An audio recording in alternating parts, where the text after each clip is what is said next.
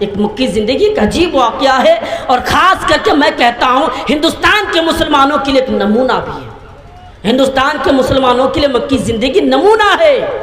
آئیے میں آگے بتاتا چلوں اور آپ غور و فکر کریں کہ مکی زندگی کس لیے نمونہ ہے، اللہ کے نبی اور ہندوستان کے مسلمانوں کے لیے کیوں نمونہ ہے، اس پر غور کریں کہ اللہ کے نبی دین کی بات بتا رہے ہیں، 10 لوگ بیٹھا ہے اس کو بھی بتا رہے ہیں، 5 آدمیوں کا مجمع ہے، 1 آدمی کھڑے ہیں، سارے 2 آدمی بھی کھڑے ہیں، سارے لوگوں کو بتا رہے ہیں، دین کی طرف بلا رہے ہیں کہ آؤ اسلام قبول کر لو، آؤ اسلام قبول کر لو، آؤ دین پر عمل کرو، لیکن کوئی ماننے کے لیے تیار نہیں، سوائے ابو بکر۔ لوگ ظلم کرتے ہیں، اللہ کے نبی کو مار رہا ہے، اللہ کے نبی کو ختم کرنے کی میں بتاؤں گا کہ پلاننگ بھی کی گئی کہ لوگوں نے یہی طے کیا کہ محمد کو ختم کر دیا جائے۔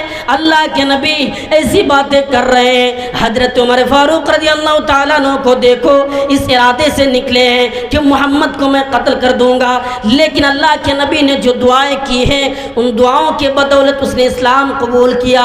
یہی وہ مکی زندگی ہے جس میں اللہ کے نبی نے طرح طرح کی ظلم و پریشانی کو سامنا کیا اور دین کی بات بتاتے رہے۔ ایک دن اللہ کے رسول صلی اللہ علیہ وسلم تمام کے تمام لوگوں کو بلائے، اور بلانے کے بعد جب کھڑے ہو گئے، کھڑے ہونے کے بعد کہنے لگا اے لوگوں آؤ، میں نے تمہیں اس لیے بلایا ہوں، سارے خاندان والے آ گئے ہیں، لوگ آ گئے ہیں، یعنی وہ لوگ ہیں جو 360 بتوں کی پوجا کیا کرتے ہیں، ان لوگوں کو ایک ایک کر کے نام لے لے کر کہا اے لوگوں، اے فلا تو اللہ سے ڈر جا، اے فلا تو قرآن پر عمل کر، ایک ایک کر کے نام لے لے کر بتا رہے ہیں، یہاں تک کہ اپنی بیٹی فاطمہ الزہرا کو بھی بلایا اور کہا اے میری بیٹی تو دین پر عمل کر لے، دنیا میں جو مانگنا تو مانگ لے، اگر مرنے کے بعد تو اگر خواہش کرو تو میں کچھ نہیں دے سکتا ہوں، اسے دنیا میں مانگ لو۔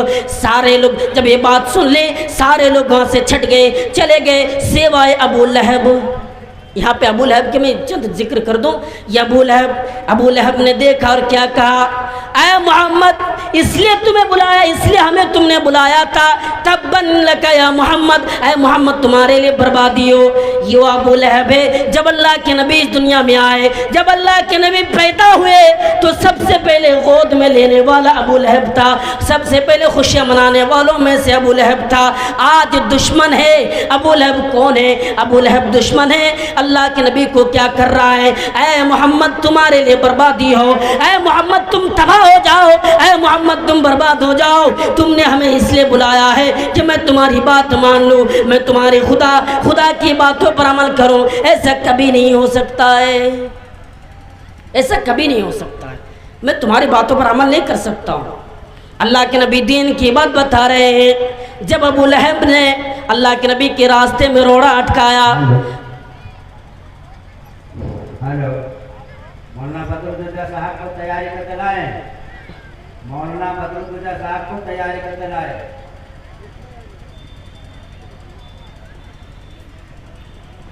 جب اللہ کے نبی نے یعنی اللہ کے رسول صلی اللہ علیہ وسلم کے راستے میں روڑا اٹکایا، ابو جہل نے، تب اللہ تعالیٰ نے قرآن کریم کی آیت نازل کی، تبت یدا ابی لہب وتب، ابو لہب برباد ہو جائے، ابو لہب کے دونوں ہاتھ ٹوٹ جائے، ما اغنی عنہ مالہ وما کسب، ابو لہب کی کمائی ہوئی مال اور زندگی یعنی فرق کر دیا، یہ کمائی ہوئی مال بھی کام نہیں آیا، ابو لہب برباد ہے۔ سیصلی نارا ذات لہب، ابو لہب اب بھڑکنے والی آگ میں داخل ہونے والا ہے۔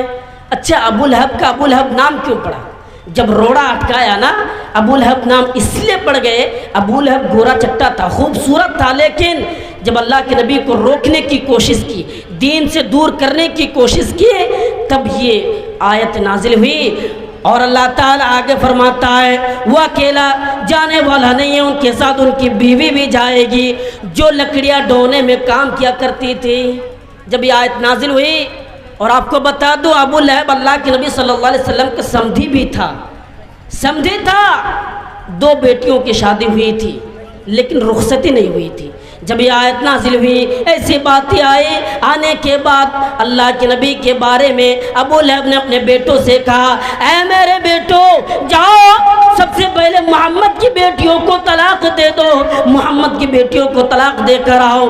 اللہ کے نبی کی بیٹی کو طلاق دینے کے لیے ابو لہب کے بیٹے آ رہے ہیں اور بھرے محفل میں یعنی مجمع میں کھڑے ہوتے ہیں اور کہتے ہیں لوگوں سن لو، میں اس لیے آیا ہوں کہ میں محمد کی بیٹیوں کو طلاق دے دوں۔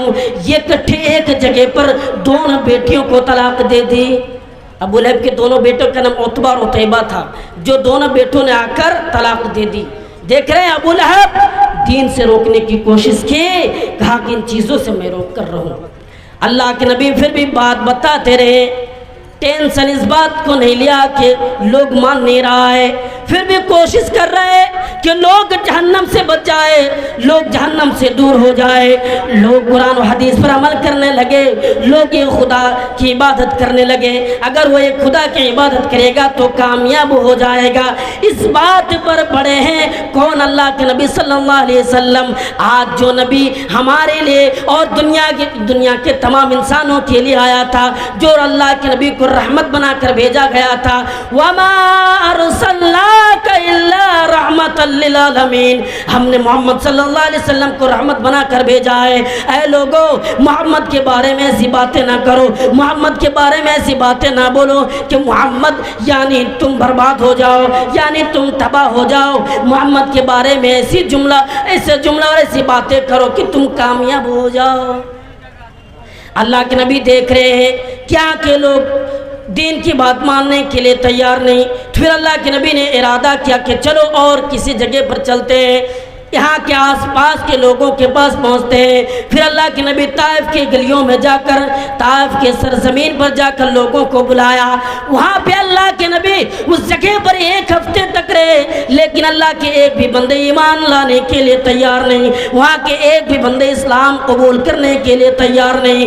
بچے کو بھی بتا رہے ہیں، بڑے کو بھی بتا رہے ہیں، لیکن کوئی ایمان لانے کے لیے تیار نہیں۔ ایک ہفتے کے بعد جب اللہ کے نبی سوچا کہ چلو یہاں کے لوگ بھی ایمان نہیں لا رہے تو نکلتے ہیں، یہاں سے چلے جاتے ہیں، یہ سوچ کر جب نکلے تو وہاں کے بادشاہوں نے گنڈے اور موالیوں کو خریدا، پیسے دے دے کر گنڈے اور موالیوں کو خریدا، اور خریدنے کے بعد کہا اے لوگوں میں نے تمہیں اس لیے بلایا ہے، اے لوگوں میں نے تمہیں اس لیے خریدا ہے کہ ایک شخص جس کا نام ہے محمد، تم کو اس پر یعنی اس کو مارنا ہے، پتھروں کی بارشیں کرنا ہے۔ پھر اللہ کے نبی صلی اللہ علیہ وسلم پر پتھروں کی بارشیں کی گئی، اللہ کے نبی کو تکلیف اور پریشانی دی گئی، مارا گیا اللہ کے نبی نے۔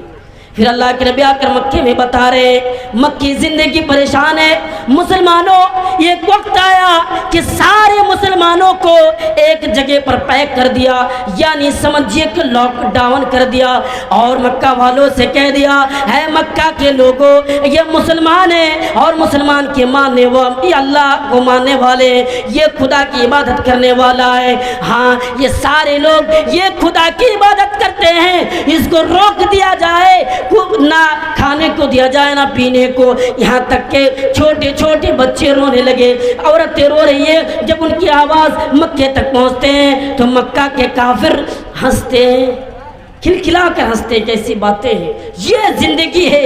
اگر مسلمانوں آج تم پر ظلم کر رہا ہے، ظالم حکمراں آج تم پر ظلم کر رہے ہیں، تو صرف اس وجہ سے حجاج بن یوسف نے اپنے قوم اپنے لوگوں کو کہا تھا۔ آپ کو معلوم ہوگا کہ حجاج بن یوسف جو ظالم حکمراں گزرا ہے، ظالم حکمراں کیوں ہے؟ اس نے بڑے بڑے علماء کو قتل کروایا، اور ایک دن اس کے زمانے میں امام حسن بصری رحمۃ اللہ علیہ گزرے ہیں، اس کے پاس عوام لوگ پہنچے، اور پہنچنے کے بعد کیا کہا اے لوگوں کیا کر رہے ہو؟ حجاج بن یوسف کے بارے میں شکایت کر رہے ہیں، کون؟ وہاں کے لوگ امام حسن بصری رحمۃ اللہ علیہ سے۔ امام حسن بصری بتا رہے ہیں لوگوں کو کہ دیکھیے دین پر عمل کیجئے۔ امام حسن بصری نے کہا ما جاء الحجاج الا بذنوبنا، اے لوگوں آج جو حجاج بن یوسف تم پر ظلم کر رہے ہیں صرف اس وجہ سے کہ تو نے دین کو چھوڑ دیا، تو نے نبی کے طریقے پر عمل کرنا چھوڑ دیا، تو نے رسول کے طریقے پر عمل نہیں کر رہے ہو، رسول نے جو دے دیا تو نے ان چیزوں کو اپنانا نہیں چاہا، پھر اللہ تعالیٰ نے تم کو برباد کر دیا، اور آج تم پر ظالم حکمراں مسلط ہے اور تم پر ظلم کر رہا ہے۔ آئیے میں ایک دلچسپ واقعہ آپ کو سنانا چاہتا ہوں، یہ اکبر بادشاہ کا واقعہ ہے۔ اکبر بادشاہ کے دربار میں کچھ فرقہ پرست لوگ پہنچے اور آنے کے بعد کیا کہا کہ بادشاہ صاحب آپ کیا کر رہے ہیں؟ آپ کے جو وزیر ہے نا بہت دن سے یہ کام سنبھال رہا ہے، ہم لوگوں کی رائے یہ ہے کہ اس کو ہٹا دیا جائے، چند سال کے لیے اس کو دور کر دیا جائے۔ کون کہہ رہا ہے؟ اکبر بادشاہ کے بارے میں ایسی بات نہیں، میں نے اکبر بادشاہ سے شکایت کر رہے ہیں وزیر بیربل کا، نام سنے ہوں گے کہ وزیر بیربل کا۔ تو اس نے کہا کہ چلو میں ایک ایگزام لیتا ہوں تم لوگوں سے، جو اس ایگزام کو پاس کریں گے اس کو میں رکھوں گا۔ عجیب بات آنے والی ہے، غور کیجئے گا۔ کیا کہا کہ میں تمہیں 3 پیسے دوں گا، 1 پیسے سے اب خریدنا اور یہ دوسرے پیسے سے تب خریدنا۔ اس کا مطلب ہے کہ دنیا کے لیے کچھ خریدنا اور تب آخرت کے لیے جب مرو گے قیامت کے دن کام آنے والا ہو، اور 1 پیسے تو برباد کر دینا جاؤ۔ یہ لوگ گئے ادھر ادھر ڈھونڈا، پریشان ہو کر پھر آ کے بادشاہ کو پیسہ واپس کر دیا۔ کیا بادشاہ صاحب لگتا ہے یہ چیز بازار میں نہیں ہے۔ پھر بیربل کو بلایا، وزیر کو بلایا، اور بلانے کے بعد کہا کہ جو میں تمہیں پیسہ دے رہا ہوں اور تم نے تو سنا ہے، جاؤ یہ سامان خرید کر لاؤ۔ وہ چلے گئے اور بیربل نے، وزیر نے کیا کیا، ایک تازی جلیبی کی دکان ہے، اس سے جلیبی خرید لی اور کھایا نہیں، تھیلے میں لے کر نکل پڑے، چلنے لگے۔ صاحب کو اسٹیج پر لانے کی کوشش کرے، مولانا صاحب کو اسٹیج پر لانے کی کوشش کرے۔ آپ لوگوں سے گزارش کروں گا کہ آپ لوگ لے کے یہ بولتے رہے، میں ڈسٹرب کر رہا ہوں۔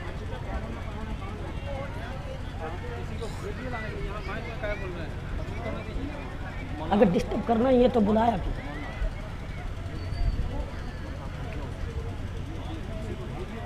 بس کیا کیا، وہ بازار میں چلنے لگے، جاتے جاتے دیکھا کہ ایک بڑھیا مانگ رہی ہے، وہ کہہ رہی ہے کہ کوئی ہے جو اللہ کے نام پر کچھ دے دے۔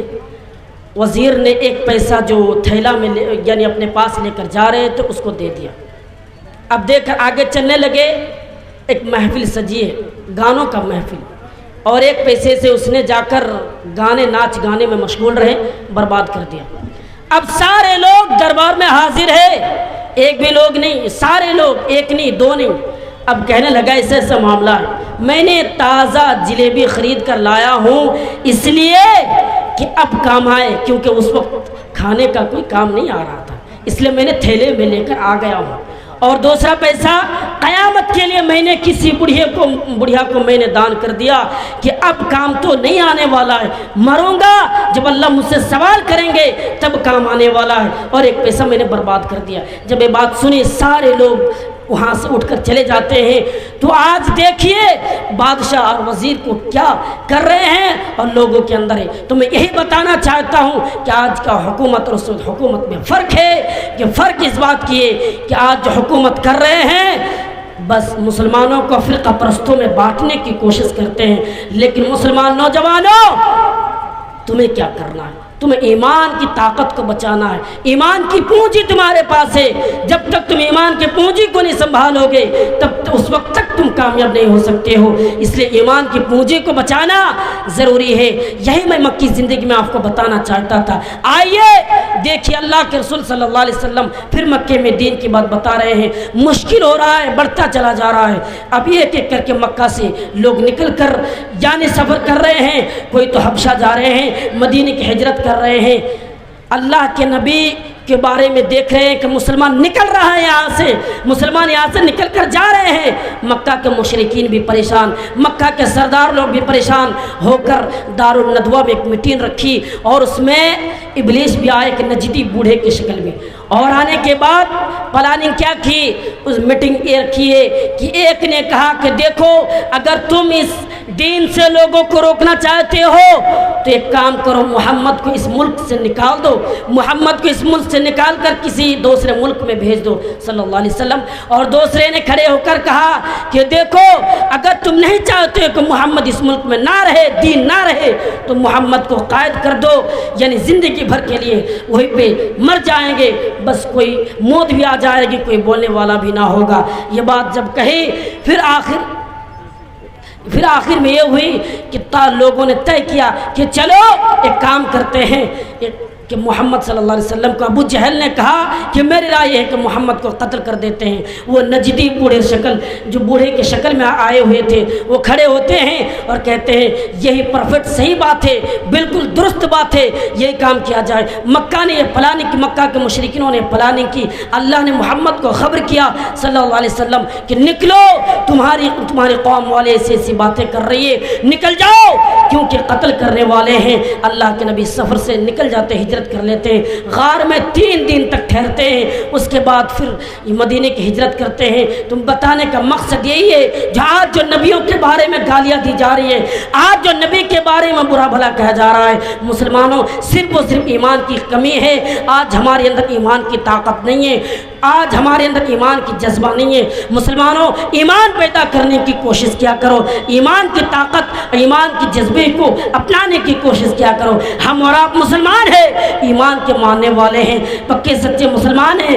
میں نے یعنی اس نبی کی امت ہے جس نبی نے ہمیں یعنی نبیوں کا سردار ہے، یعنی آخری نبی آخر الزماں، یعنی تمام نبیوں کا سردار ہے۔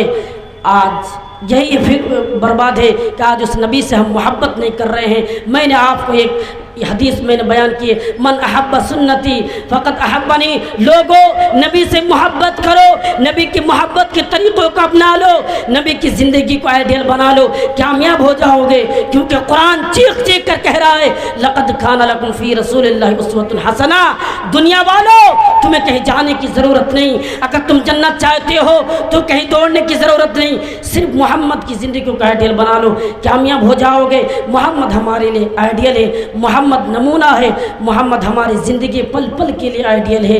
تو میں انہی باتوں کے ساتھ آخر میں اللہ رب العالمین سے دعا کرتا ہوں ہم تمام لوگوں کو ایمان کی طاقت کو بچانے اور نماز پڑھنے اور نبی کی زندگی کو آئیڈیل بنانے کی توفیق عطا فرمائے، آمین۔ وآخر دعوانا الحمدللہ رب العالمین۔